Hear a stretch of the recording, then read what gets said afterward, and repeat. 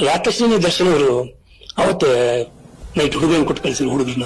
ಹುಡುಗರನ್ನ ಕೊಟ್ಟು ಒಂದು ಅಮೌಂಟ್ ಇದು ಮಾಡಿ, ಅದಾದ್ಮೇಲೆ ತಿರ್ಗಾ ನೆಕ್ಸ್ಟ್ ಅವರು ಎಲ್ಲರ ಹತ್ರ ಮಾತಾಡಿ ದೊಡ್ಡ ಮಟ್ಟದಲ್ಲಿ ಒಂದು ಅಮೌಂಟ್ ದೊಡ್ಡ ಬ್ಯಾಗ್ ಅಲ್ಲಿ ಮನೆಗೆ ಬಂದು ಕೊಟ್ಟಿದ್ದಾರೆ. ಯಾರು ಅವರ ಹುಡುಗರು, ಏನು ಕೆಲವರು ಹೇಳ್ತಾರೆ ಅವರಿಗೆ ಆ ಗ್ಯಾಂಗ್ಗಳು ಹಾಗೆ ನಾನು ಹೇಳು ನಿಮಗೆ. ನನ್ನ ತಾಯಿ ಪಾಪ ಅವರು 4-5 ಜನ ಬಂದ್ರು. ಲಕ್ಷ್ಮಣ್, ನಾಗರಾಜ್, ಆಮೇಲೆ ಶ್ರೀನಿವಾಸ್ ಅಂತ ಅವರ ಅಲ್ಲಿ ಗ್ಯಾಂಗ್ ಅಲ್ಲಿ ಪಾಪ ಅದು ಏನ್ ಗೊತ್ತಾರೆ, ಒಂದು ಸಪೋರ್ಟಿಗೆ ಹೀರೋಗಿ ನಿಲ್ಬೇಕಾದ್ರೆ ಹಿಂದೆ ಅವರ ಹಿಂದೆ ಸೇನೆ ಇರಲೇಬೇಕು.